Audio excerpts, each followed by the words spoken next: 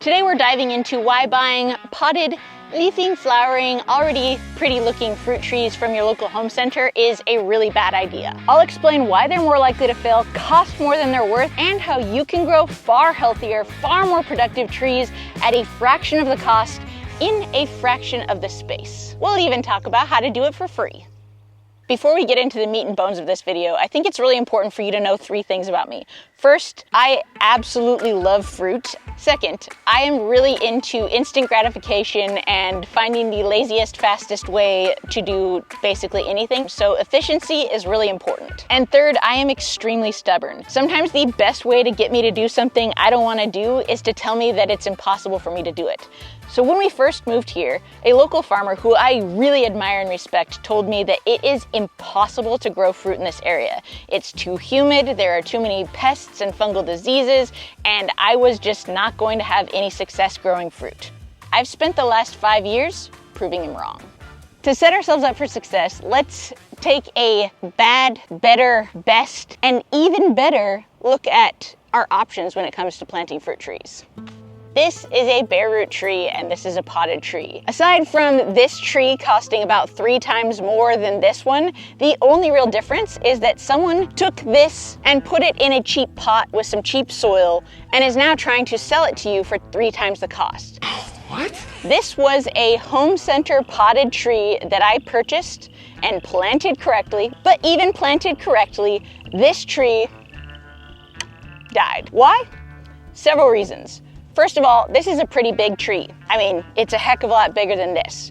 There are way more branches up here to support way more foliage. And when I bought this tree, it was covered in leaves and beautiful blooms and flowers, and it looked like a very healthy specimen. But again, the tree was no longer dormant. It was fully leafed out. So those leaves needed a whole lot of water and nutrients to be able to support the growth that was already here. And considering what these roots look like, this is a whole lot for this tiny root system to actually be able to support. But there's actually still several more reasons why this particular fruit tree was set up for failure from the very beginning. Just looking at the pot that this was grown in and thinking about what tree roots actually need to look like and how they need to grow, if we think about this tree spending any amount of time in this pot at all, we're gonna see why those roots are gonna start to grow in a circle. And it is really, really hard once those roots have started to grow in that circle to retrain them and to actually get them to grow the way that the tree actually needs them to grow to be able to support the tree long term. It is very likely with potted trees that they'll have a couple years of pretty decent looking success, but then around years 5 or 6 or 7, just when they start putting on fruit, the tree will inexplicably die. And if you dig it up, you will more often than not find that those roots stayed growing in a circle and the tree strangled itself to death or girdled. But if we look at the tag up here, we can see a far bigger problem that is a common issue when buying potted trees from chains that have a national distribution center. Chances are very high that whoever is putting these guys in their little cheap pots with their cheap dirt is putting thousands and thousands and thousands of trees in these same pots and then shipping them all over the US without any concern or cares about growing zones or local climate. Having formerly farmed in Washington State, I can confidently tell you that this Granny Smith apple tree is far better suited to Washington's climate than it was to Tennessee's climate, which is very, very different. So my loss here is your gain, because you can see, coming out of a pot that was not much bigger than this tree was destined to fail. So if we were to take a few steps back from all of this, a far better option long term is going to be to buy bare root varieties, to plant them in the correct season while the tree is still dormant, to research your local growing conditions, and to pick the right kinds of trees for your climate and your soil types. And listen, I totally understand the appeal of instant gratification because it feels a lot more exciting to take this home and put it in your garden than to put this glorified stick in your garden. But here's where our garden can teach us a really important life lesson. Instant rewards usually equal long-term suffering, but we actually still have far better and cheaper options than even doing this. Let's talk about those. As lazy gardeners, we spend a lot of time and energy studying what goes on in the forest, the giant garden that takes care of itself, so that we can replicate what works there in our own gardens and successfully, lazily garden. And that observation really comes in handy when it comes to how the forest goes about growing trees. Infinitely better than planting potted trees, and far better than even planting bare root trees, is planting locally adapted seeds from seeds and growing them yourself. And if we're able to find locally adapted seeds that are in the same family as whatever fruit we want to plant, we can grow our own rootstocks and then graft whatever related plants we actually want long-term in our garden to those locally adapted rootstocks, and then we're really off to the races with regard to the variety of things we can grow, and the limits that we can push as lazy gardeners are infinite. Now it's time to get just a little bit nerdy and figure out how we can become scientists ourselves to create the absolute best adapted, most likely to thrive fruit varieties that actually serve our unique desires and growing conditions available.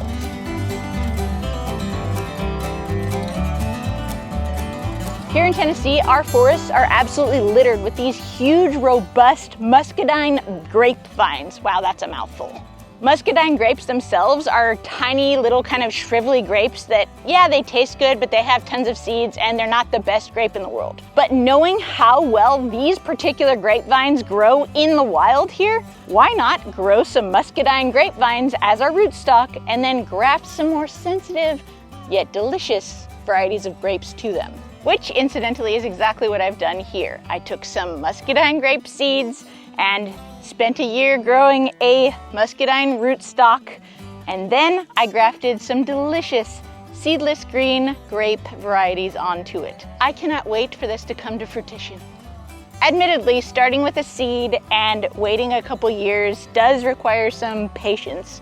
But growing up poor, whenever frugality is involved, I am miraculously patient, and that has really paid off when it comes to grafting and growing really, really well-adapted fruit varieties that thrive here. And then of course, if you're not quite as patient as me, you can actually do similar research like you would if you're looking for your best adapted bare root plants, and you can get specialized rootstock that's going to thrive in your environment here, and what are called scions, which are basically just little pencil pieces that you'll graft onto those trees of whatever you want, so that you don't have to actually go about collecting those things yourself and doing, years and years of work. You can fast forward to the good parts. Absolutely none of this is rocket science, and don't let anyone tell you or sell you any different. But learning a few things about how trees grow and what we can do to help them truly thrive will help you immensely in your fruit growing journey, especially when it comes to having to buy plants that you don't actually need to plant. Or if you're limited on space, did you know that some plants need a male and female variety to be able to actually produce fruit? But we can actually avoid that by grafting male and female varieties together. What? Kiwis are a great example of this. Like, if you don't have space for 2 different arbors for 2 different kiwi plants, especially if one's not even gonna produce fruit, a fantastic hack is to graft a male kiwi plant onto a female kiwi plant. Not only is that free, it's smart. One of the best ways to almost guarantee success when growing fruit trees in your area is to find a specimen or variety that you know is already successfully growing in your area. So for example, let's say that your neighbor has a fig bush that grows back every year and prolifically produces little figs. In fact, we can actually see evidence of last year's successful fig growing right here. A lot of fruiting plants can be propagated or multiplied simply by using cuttings of that fruit, and figs are a perfect example of that. Figs are a great way to get your hands dirty and try your own propagation experiments because they are the easiest plant to clone or to propagate. All you have to do is take a cutting at the end of the season about this size and then stick it down into the dirt as far as you can get it, leaving 1 or 2 or maybe 3 buds up above the surface, and then come back next year to a vibrant, healthy fig plant. Every single one of these sticks, which was a cutting that would have otherwise been thrown away from my fig trees last season, is now going to become its very own fig bush. You wanna know how I know this is true? I've already created 100 fig bushes over the last couple years from cuttings just like these. This is a fig bush from a cutting. This is a fig bush from a cutting. This is a fig bush from a cutting. These are both fig bushes from cuttings that I took from a fig tree way on the hillside over there. And I picked so many figs from these few bushes last year, I physically got ill. Talking about mental health struggles and removing the stigma from asking for help is why I'm proud to work with the sponsor of today's video, BetterHelp. I discovered BetterHelp in 2020 when a lot of the in-person things we used to do suddenly had to be done over screens. And in a particularly low point in my own life, I was matched with a therapist who helped me immensely over the next couple years. And one of the many things that I like about using BetterHelp as a therapy service is how many of the barriers to entry were removed just by using that service. All I had to do to get matched with a therapist was fill out a quick online survey. I was very quickly matched with a therapist. If you want to change therapists, you can very easily swap within the app. There are tons of group therapy sessions that you can join in between appointments with your therapist. You can schedule your appointments and change your appointments online through the app, and you can message your therapist between appointments. Honestly, my favorite part about BetterHelp is that I can still do the therapy that I absolutely need to do, but I never have to leave the comfort of my own farm. So for almost 5 years now, Monday nights, I curl up with a cozy blankie and my therapist and I talk about life. Life can be really hard, and we were not meant to face those hardships alone. If you're struggling with something and you think that talking to someone about it might help, check out BetterHelp. And if you use the code ANNOFALLTRADES at checkout, you'll get 10% off of your first month of therapy. That peach tree behind me got really famous a couple years ago when our video, You're Probably Killing Your Fruit Trees, a video about pruning fruit trees successfully, went viral. This is like a whole peach tree, so goodbye, I guess. We're gonna be merciless. And as I was moaning and lamenting, having to cut off all of these beautiful branches and growth off of that tree, we got thousands of comments from people saying, but wait, can't you just root those cuttings and make new trees? The simple answer is technically yes, but you don't actually want to do that. It's actually the same reason that I wouldn't want to grow a peach tree from a peach seed from that tree. I planted that peach tree 5 years ago from a bare root tree that I ordered online. I did all the research, found out what was going to grow well here, and very specifically chose a variety that had been grafted onto dwarf rootstock.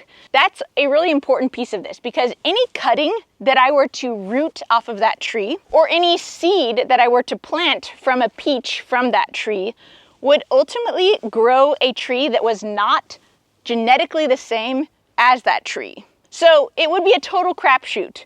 It might be good, it might stay healthy, it might be vigorous, but if you did actually want to propagate cuttings from a vigorously growing tree like that, a far better option would be to get some locally adapted rootstock, cut some scions, which are basically little pencil pieces off of that tree in the wintertime while the tree is dormant, and then graft those scions onto some vigorously growing, disease-resistant rootstock that you can get from the same places that you get most of your bare root tree stock. Or you can take it one step further like I did and scour your local forest for some seeds that will ultimately result in growing some native rootstocks like these wild plums.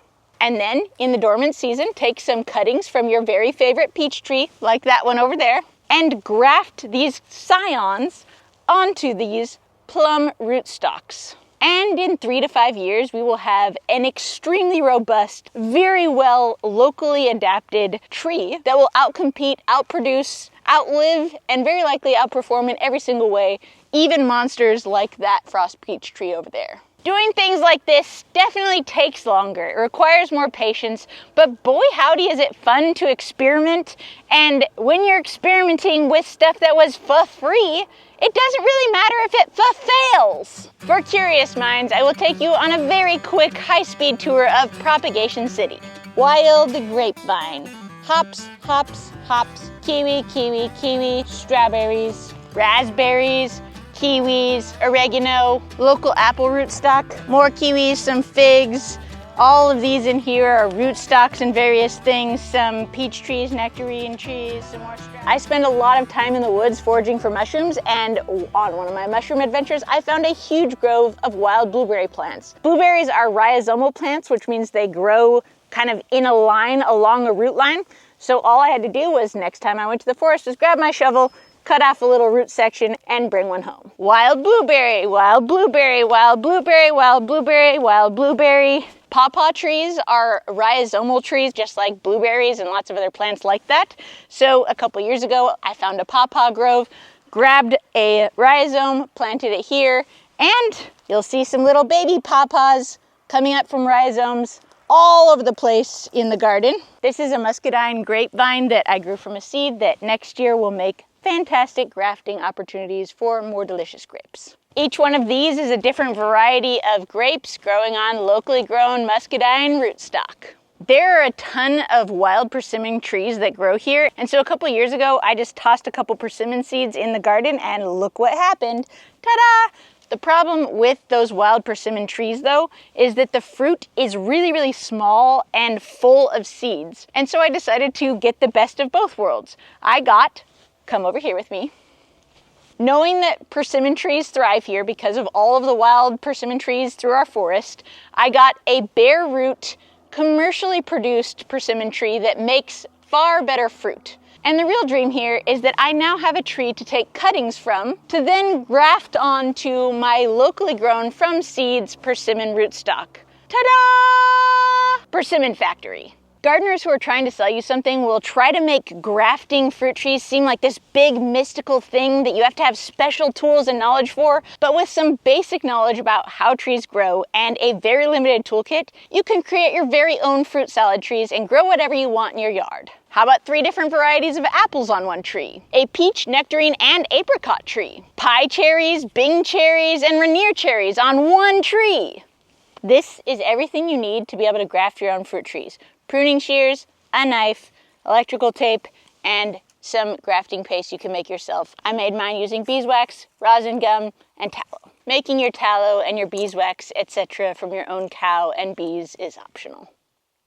To get started grafting, you need a pencil-thick thing to graft to and pencil-length graftee.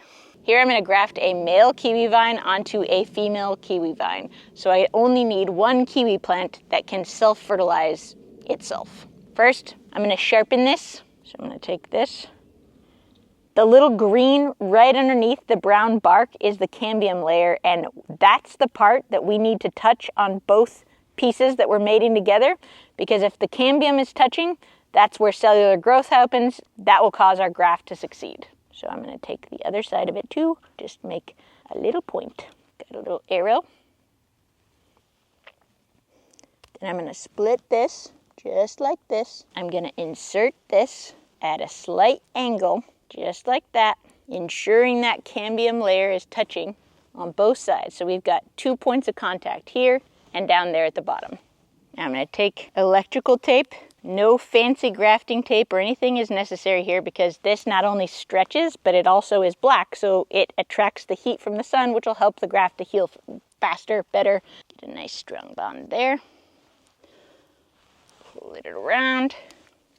Toy like a toiga.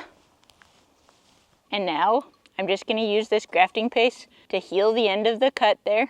There's no more than 3 or 4 buds on the grafted piece. We don't want to have too much greenery for that to support. And I'm also going to use my grafting paste to seal off around the tape to make sure that there's no moisture entry points, because wherever there's moisture, that's where fungus can grow, and fungus is not our friend. In fact, I put a little cinnamon and turmeric in my grafting paste to discourage any potential fungi from coming to the party. All right, there's a graft. This is now a self-pollinating kiwi plant. Ta-da! As usual, we have covered a lot of ground in this video, but your main takeaway, I hope, is don't ever let anyone tell you that you can't grow fruit. Because with a little time, a little patience, and a lot of experimentation, I promise you, you can. Happy growing this season. I will see you in the next video. Cheers!